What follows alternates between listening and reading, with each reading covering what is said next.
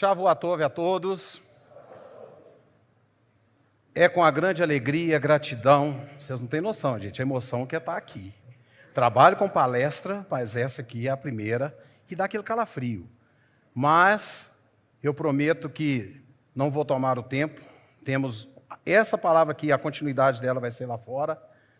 A bênção que foi ministrada aqui hoje. Graças ao Eterno, eu não copiei, não colei, não foi Ctrl+C, mas parece que está na mesma sequência. Então, o foco desta minha palavra aqui hoje aqui é um dos vários assuntos que nós vamos trabalhar em prol desse trabalho, dessa visão. A você que está em casa, na hora que aparecer, tire foto, guarde isso no seu coração. Jovens, adolescentes, todos, eu quero a atenção de todos aqui agora. Vai ser um assunto rápido, mas eu creio que eu preciso de vocês, nós, essa casa aqui, nós precisamos de vocês. Que agora a regra aqui é o estudo, mas estudo com prática. Nós temos que sair dessas paredes. Esse país, essa nossa nação está precisando de um evangelho forte, um evangelho restaurado, e nós vamos mostrar quem que é esse verdadeiro Yeshua.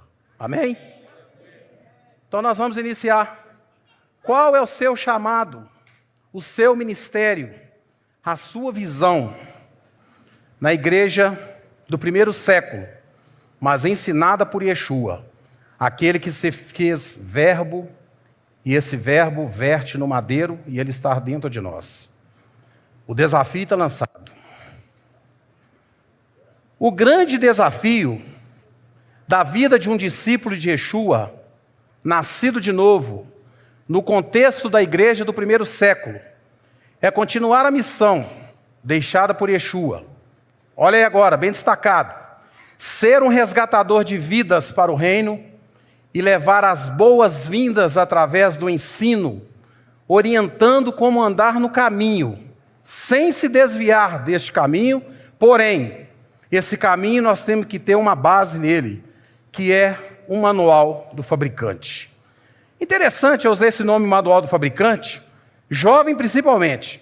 O que é o manual do fabricante? Na nossa vida, tudo que a gente vai comprar, a gente recebe um livrinho lá, manual do proprietário, manual do eletrodoméstico. E aí o que eu faço? Se eu compro um telefone celular, cheio das tecnologias, igual lá em casa, meus meninos só de abrir já sabem o que se faz. Eu tenho que ler aquele manual e reler até para entender pelo menos um pouquinho ali. Mas eu preciso acessar o manual do fabricante para ter acesso e saber manusear esse aparelho. Um carro da mesma forma. Se eu compro um carro com alta tecnologia, eu preciso acessar esse manual do fabricante. E além de acessar esse manual do fabricante, dando exemplo a um veículo, se eu quiser manter esse veículo por um bom tempo, com os seus cuidados, com a sua durabilidade, o que eu tenho que fazer? Obedecer o manual do fabricante. É ou não é? Não tem outra saída. Eu tenho que me orientar através desse manual. Por quê? Fiz um paralelo aqui, ó. Então, qual o caminho que eu devo seguir? Baseando pelo veículo. Nós temos um serviço autorizado, que são peças genuínas. São peças, o que é isso? São aquelas auditadas pela empresa, a montadora do veículo, né? Onde ele passa por um processo muito mais rigoroso de qualidade. Uma peça original é desenvolvida e produzida pelo mesmo fabricante. E por isso, tem todos os requisitos e características para se adaptar perfeitamente ao veículo, além de ter a sua durabilidade assegurada e possui a garantia do fabricante. Ué, mas que é isso, Alexandre? Numa congregação falando de peça genuína de carro? Ao mesmo tempo, nós temos um serviço paralelo. Se eu não quiser levar esse carro não autorizada, mas não é uma peça genuína. Ela vai ser idêntica ao original, mas vai ser apenas uma impressão. Não é desenvolvida pelo fabricante. Opa! Não é encontrada nas concessionárias autorizadas e não possui a garantia do fabricante. Mas espera aí. E nós? Essa criatura aqui? Nós temos um fabricante? Esse fabricante que nos fez, nos colocou um manual?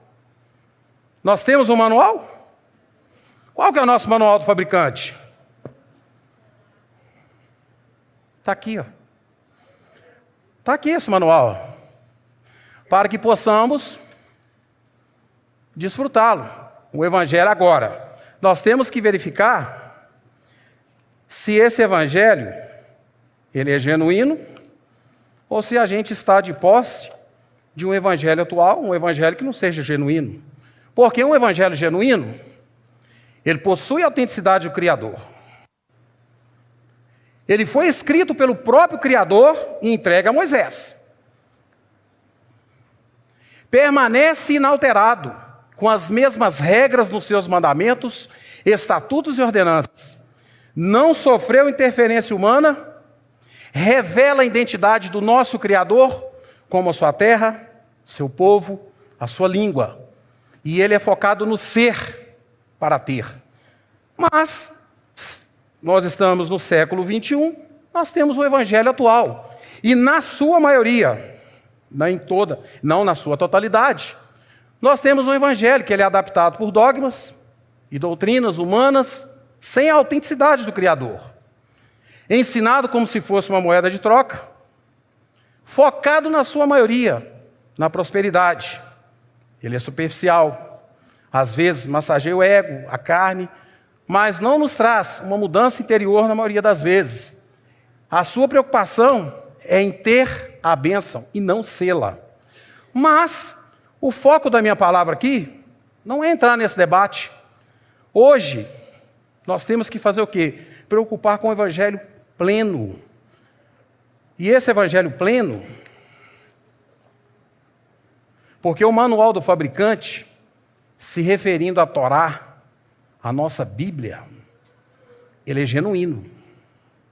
Porém, o Evangelho que se prega através desse nosso manual do fabricante, muitas das vezes ele não é apregoado dentro dessas normas que ele tem que ser pregado. Por quê? Se tira o texto do contexto e aí predomina-se vários pretextos que nós temos aí hoje. Mas espera aí, o trabalho do Ensinando Sião, a você que me assiste, acredito eu, em todas as partes do Brasil, o que esse ministério tem sido importante para a sua igreja? A nós aqui, o que tem sido importante para nós? Só estudo? Ou juntar o estudo com essa palavra que foi ministrada aqui hoje pela manhã? Levarmos o verdadeiro amor com responsabilidade, mas um amor e responsabilidade daqui para fora. O que essa liderança já está fazendo há 25 anos. Por quê? Se nós fazemos um paralelo, a nossa igreja hoje, o que nós precisamos para sermos fortes e tornarmos a verdadeira igreja de Yeshua? Tornarmos uma igreja plena. Mas essa igreja plena, eu coloquei aqui 6 tópicos, mas poderia ter mais. Primeiro, ela tem que estar baseada nos seus princípios e na sua Torá. Não tem outra conversa. Segundo, entender o seu contexto de Romanos 11. A igreja ela foi enxertada em Romanos 11, não é dado a ela o direito de alterar, é de cumprir o jeito que foi determinado pelo nosso Yeshua. Causar uma emulação em Israel, porque se nós pensarmos nisso, nós vamos estar pensando um amor responsável e, ao mesmo tempo, acelerar a volta do Eterno, porque não vai voltar se nós não causarmos uma emulação daquele que saiu para nós entrarmos. Exercer amor ao próximo, esse vai ser o tema da minha mensagem. Praticar a tzedaká, ter uma palavra de salvação. Aí sim, nós vamos ter uma palavra chamada equidade, porque Yeshua nos alerta.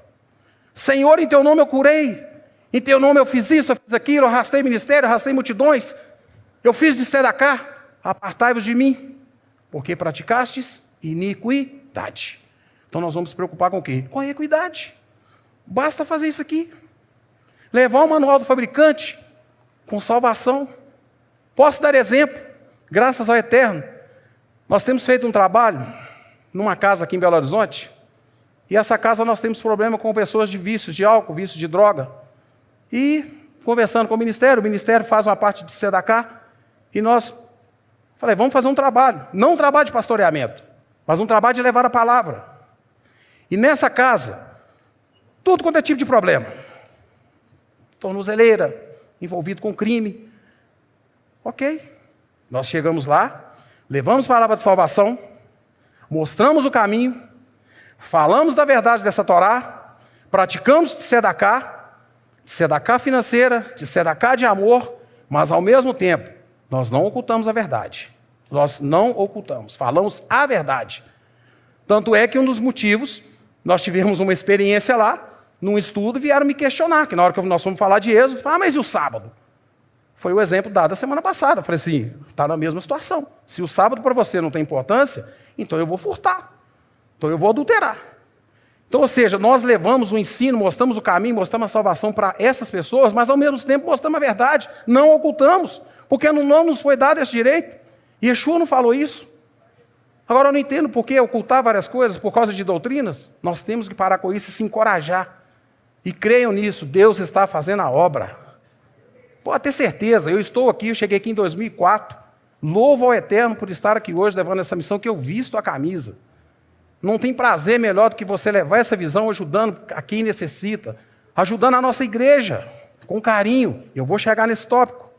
A mesma coisa, fazemos um trabalho em regiões carentes no nosso estado, levamos cesta básica, levamos palavra, levamos aconselhamento, mas Torá.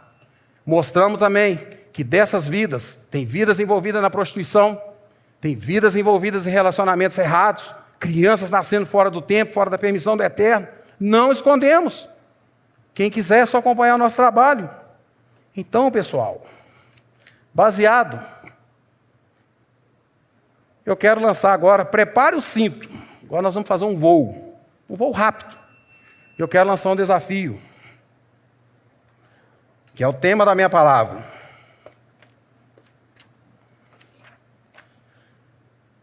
Nós temos um desafio que se apresenta a todos, em toda parte, que buscam com fidelidade expandir o reino de Deus. O chamado do Senhor é muito mais do que um, ei, psiu, vem aqui.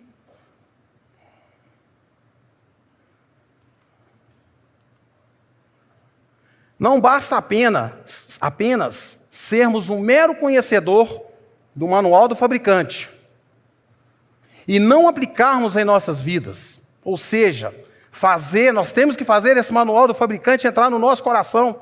Esse é o chamado de Yeshua, ele tem que estar aqui. Se você leva a Torá no seu coração, você leva de uma forma diferente. Você leva com amor, você leva com responsabilidade. Qualquer convocação, antes de tudo, é um chamado à renúncia, a doar-se, a comprometer-se com a verdade. Palavra que circulou aí, verdade. Nas eleições, louvado seja o Eterno, que o nosso governo hoje profetizou, conhecereis a verdade vos libertará. Mas e aí? O que é a verdade? No Salmo 119, 142, a tua justiça é uma justiça eterna, a tua lei é a verdade. Opa! Jeremias 10:10, mas o Senhor Deus é a verdade, Ele mesmo é o Deus vivo e Rei eterno. Olha aí, João 8, 31, 32, Yeshua dizia, pois aos judeus que criam nele, se vós permaneceres na minha palavra, verdadeiramente serei meus discípulos, e conhecereis a verdade vos libertará. Verdade é amar a Deus acima de todas as coisas e amar ao próximo como a ti mesmo. É entender que o amor é uma avenida principal que o Senhor usa para transformar vidas. O amor não faz mal ao próximo, de sorte que o cumprimento da lei é o amor. E aí, vamos hoje meditar na parábola do bom samaritano, a qual será um espelho para que nós façamos uma autoavaliação dos nossos comportamentos e, quem sabe, redescobrirmos o nosso chamado. Podemos ver esse ensinamento de Yeshua como sendo uma coleção de atitudes, onde vários personagens agiram de maneiras diferentes diante da mesma situação.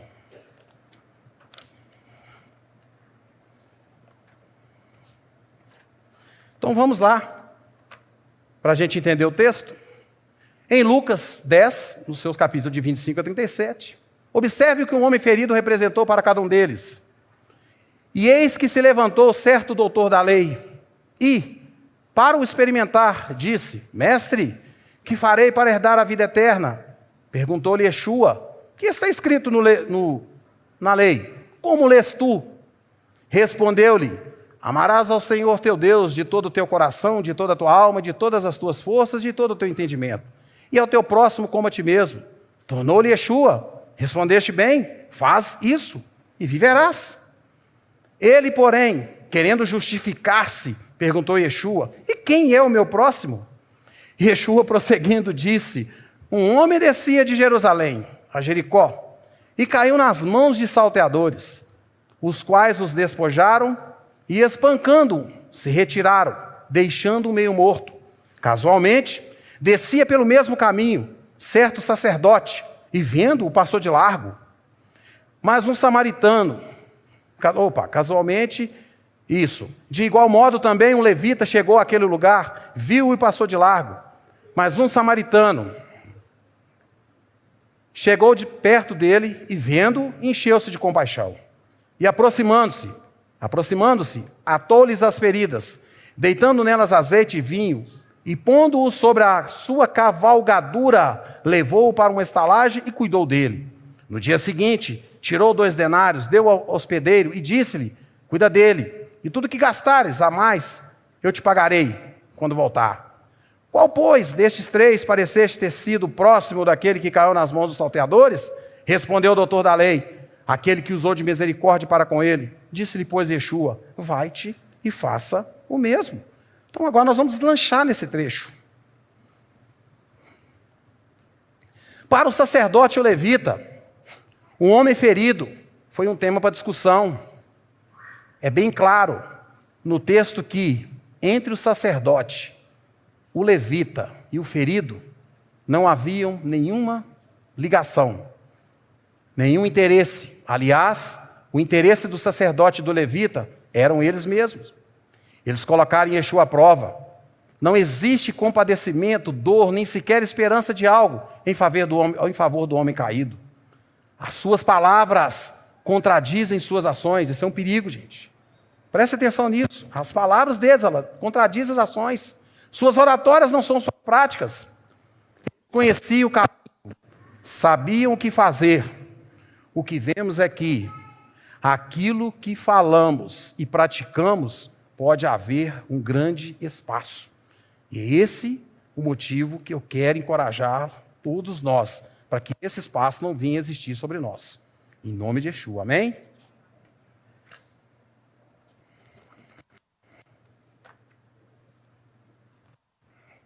Volta.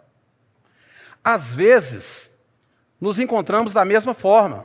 Sabemos, entendemos e nos interessamos por todos os ensinamentos dados pelo nosso Senhor Yeshua, através das suas leis, estatutos, ordenanças, congressos, seminários, pregações, treinamentos. Mas temos conhecimento, mas mesmo diante de tanta informação, a ausência da prática predomina. E Yeshua o incentivou: muito bem, você sabe, você conhece, faça isso e viverá. Faça, coloque em prática e viverá. Tiago fala, para não sermos apenas ouvintes, mas praticantes da palavra. Se a obra e o nosso chamado forem vistos da mesma perspectiva do sacerdote e do levita, seremos apenas temas para discussão e haverá milhares de feridos caídos nas estradas da vida à procura de respostas e de alguém que se compadeça a ajudá-las.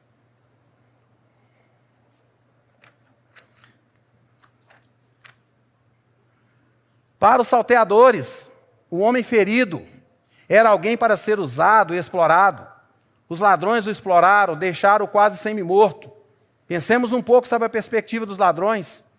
Eles refletiram no valor do roubo e não no valor da vida. Priorizaram as posses e os bens. A existência ficou em segundo plano, valores invertidos e valores referentes à vida. Para eles, o homem oferecia apenas algo que lhes acrescentaria. As suas intenções eram simplesmente extrair algo, adquirir alguma coisa, de tal forma que o deixaram semi-morto.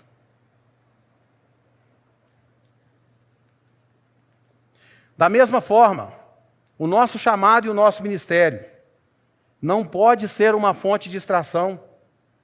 O nosso chamado com o nosso ministério deve ser uma atitude de entrega, onde investimos com a nossa própria vida. E Yeshua disse que aquele que quiser ganhar a sua vida, perdê-la-á, mas aquele que a perder por amor a Ele, este vai achá-la. O perder a vida por amor a Yeshua é o maior investimento que nós podemos fazer, porque é na morte da nossa própria vontade e direitos que encontraremos sentidos para viver. Poderíamos dizer que, para Deus, é perdendo que se ganha. Glória a Deus.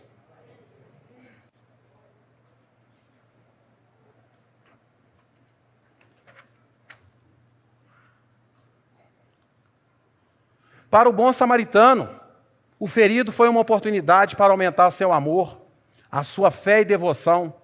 Ele investiu seu tempo, investiu suas finanças, seus próprios bens e ainda comprometeu-se em cuidar dele. Para os religiosos, o homem ferido foi um problema a ser evitado. No mesmo caminho vinha o sacerdote e o levita. Eles estavam no templo, cuidando das coisas do eterno, mas quando perceberam o ferido, passaram para o outro lado, evitaram até mesmo a proximidade. Cuidavam das coisas de Deus, mas parecia que isso era tudo que seguiam, desconsiderando o amor ao próximo. A prática dos religiosos consistia dentro de 4 paredes do templo. Mas é o que eu profetizo aqui. O nosso ministério é chamado para fora. Aqui é o nosso campo de treinamento. É igual um quartel. Você treina no quartel para combater lá fora. E é isso que nós temos que ser. Guerreiros de Yeshua. Amém? Por quê? Não podemos nos esquecer que a palavra igreja, como já no próprio grego, eclesia, significa chamados para fora. Logo, ser igreja é ser chamado para fora. Lembremos que Yeshua disse que quando somos o sal da terra e a luz do mundo, se o nosso chamado ou o nosso ministério não atravessar as paredes de um templo, o efeito que causaremos será quase imperceptível. Será a mesma coisa que acender uma lâmpada lá em Las Vegas. Ou jogar uma colher de sal no mar. Não vai ter efeito nenhum.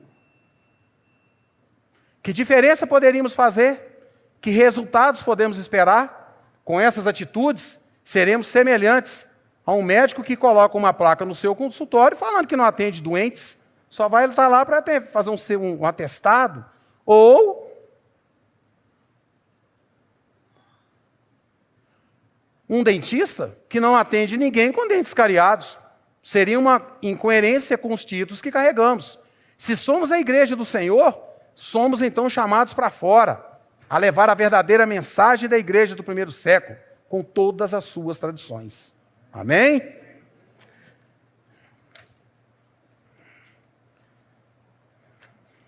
A mensagem vai ser rápida, está acabando.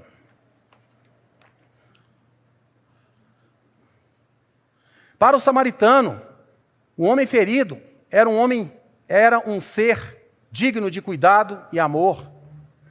Vemos que o samaritano tinha práticas religiosas muito diferentes do sacerdote e do levita, e mesmo assim não deixou de ser um modelo a ser seguido, pois ele revelou o maior dos mandamentos deixado pelo nosso Eterno de Israel, o amor e comprometimento ao próximo. O apóstolo João escreveu que mentimos se dizemos que amamos a Deus a quem não vemos e não amamos o nosso próximo, que está bem próximo de nós. Está bem claro. O amor e o comprometimento são características daquele que encarna o seu chamado e não estão direcionados somente para aquele que vai, mas o mesmo peso é colocado sobre aquele que envia, que investe e ora. Amém? E Yeshua nos deixou a ordem de ir. Kadima, para quem não conhece essa palavra kadima, marche, siga em frente. Então,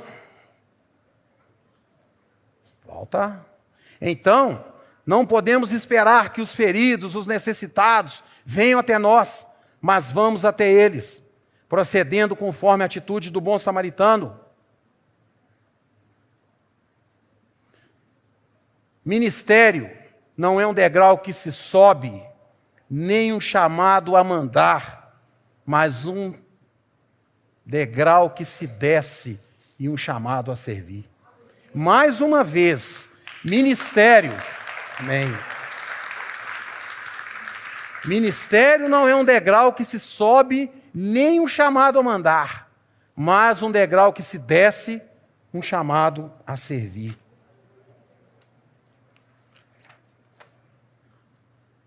Que marchemos rumo às boas obras, pois as melhores coisas deste mundo o Senhor nos oferece, sem nos cobrar nada, totalmente de graça, pois Ele obteve a salvação para todos, Ele perdoa os nossos pecados, nos traz a comunhão com Ele e assim nos conduz à vida eterna.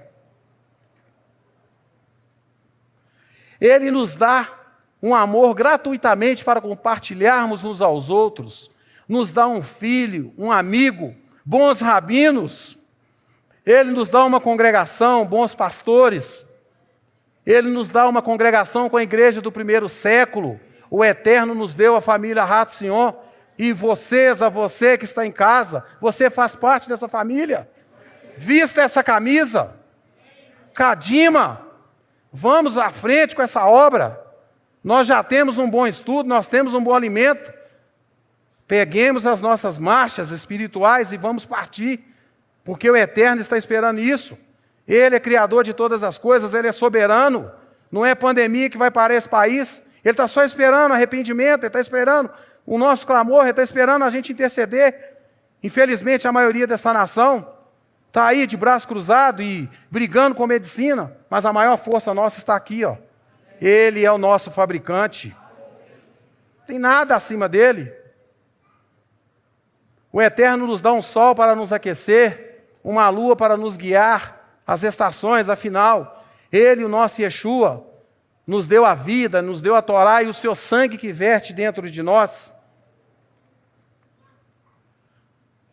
Que possamos divulgar as boas novas do Evangelho, quer seja na palavra, quer seja nos testemunhos. Chega de debates teológicos para provar o judaísmo messiânico. Aqui eu quero fazer uma pausa. Eu vejo isso na minha profissão. Se eu tenho o meu superior hierárquico, eu vejo essa casa da mesma forma. Se o nosso presbitério tem um chamado de profetas, se tem um chamado de estar aqui em cima a exortar, a deles são dados essas autonomias e autoridades. Deus faz isso. Deus fez isso com Jeremias, Deus fez isso com Moisés. Então, uma palavra, muitas das vezes, pelos nossos líderes, são exortativas, mas isso não cabe a nós, discípulos, membros dessa casa, entrar no campo do vizinho e querer guerrear, levar problema, debates teológicos. Não. Isso aqui é um chamado de quem é profeta. O nosso chamado é levar o que essa casa tem a ajudar o próximo lá fora, as nossas literaturas, os nossos estudos, o que nós temos disponível, a nossa ferramenta para ajudar essa igreja, e não entrar em guerra, porque o controle de tudo está nas mãos de Yeshua, Ele sabe, mas nós temos que ser uma ferramenta dele, igual eu costumo dizer, estamos em época eleitoral. O candidato, ele vai para a frente da televisão, ele briga, ele faz a guerra, mas aquele que está trabalhando para ele na rua lá, está entregando o panfleto dele, fazendo a boa imagem dele. Então, que nós usamos essa nossa ferramenta aqui, quando estiver aí fora, longe de debates teológicos. Vamos usar a nossa ferramenta de Facebook, de YouTube, vamos usar nossas palavras. A igreja está precisando aí fora. Muitos estão navegando contra a parede por falta de conhecimento e entendimento. Mas nós temos que ter sabedoria, nós temos que ter amor e carinho para levar essa visão, levar essa palavra. E aí nós vamos ganhar esse reino eterno. Porque as portas do inferno não prevalecem contra essa igreja, mas essa igreja ela tem que ser única. É judeus e gentios, está lá o enxerto. E a partir daí nós vamos conquistar esse povo que até o presente momento ainda continua com o coração endurecido. Mas através das nossas atitudes, através do que temos de original, e essa casa ensina muito bem, nós temos capacidade de fazer essa emulação aí fora. Mas temos que saber fazer. Não é por força e nem por violência. Não adianta. Não vai adiantar. Os presbíteros da casa, sim, tem chamada de profeta, e profeta varado é forte. É forte para nós e forte para fora. Deus deu esse ministério aqui, é um ministério de ensino. Mas nós temos que usar outras ferramentas, que estão riquíssimas aí. É só abrir lá a quantidade de estudo, a quantidade de livros que nós temos. Vamos lá. Vamos focar no cuidado do nosso rebanho, ajudar no pastoreio. Precisamos. Pastoreio. Quando você trata do pastoreio, um só para cuidar é difícil. Imagina você ter uma fazenda lá, você tem uma criação de carneiro, de cabras.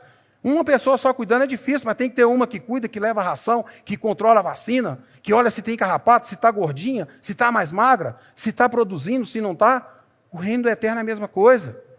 Então, cada um de nós aqui, nós temos que preocupar em cuidar do nosso, principalmente do nosso que está aqui dentro, do nosso familiar, cuidar da nossa igreja, cada um ajudando o outro. O nosso ministério era um ministério seccionado, que se fosse uma igreja local, seria mais fácil a gente até ter esse contato. Mas nós temos o nosso ministério aqui e o nosso ministério externo, aos que estão nos acompanhando agora pela televisão. Então nós temos que saber dosar isso aqui e levar esse ensino. Então aqui dentro a gente tem essa dificuldade. Nossa, mas eu moro longe, eu quero ajudar. Mas o objetivo, e nós estamos caminhando para isso, a gente entende essa dificuldade do distanciamento das localidades, mas a tendência nós vamos melhorar essa nossa congregação em prol dessa força, uma força de união, para que sejamos uma igreja, verdadeiramente a igreja do primeiro século.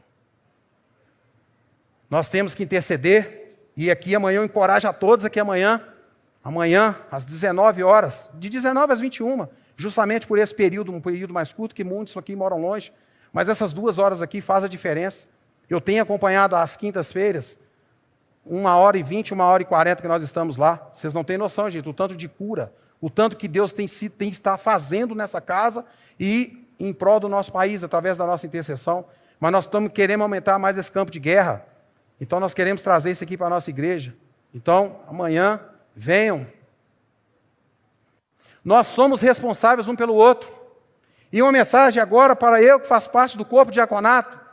Caros amigos, diáconos, nós somos um elo de ligação entre a membresia da casa e o presbitério. Então, o nosso chamado, ele é mais apertado um pouquinho. Então, nós temos que vestir essa camisa para ajudar essa igreja, ajudar o nosso presbitério. Que se afaste de nós a síndrome de Caim. Foi falado aqui hoje. Aqui nós somos responsáveis pelo nosso irmão. Síndrome de Caim, aqui não tem lugar para essa síndrome. Aqui nós temos sim, a nossa responsabilidade de amor, um amor responsável com o nosso irmão. Que sejamos igual a Abraão, intercedendo por Sodoma. Cadima, guerreiros, sigamos em frente, marchem. Restauração já.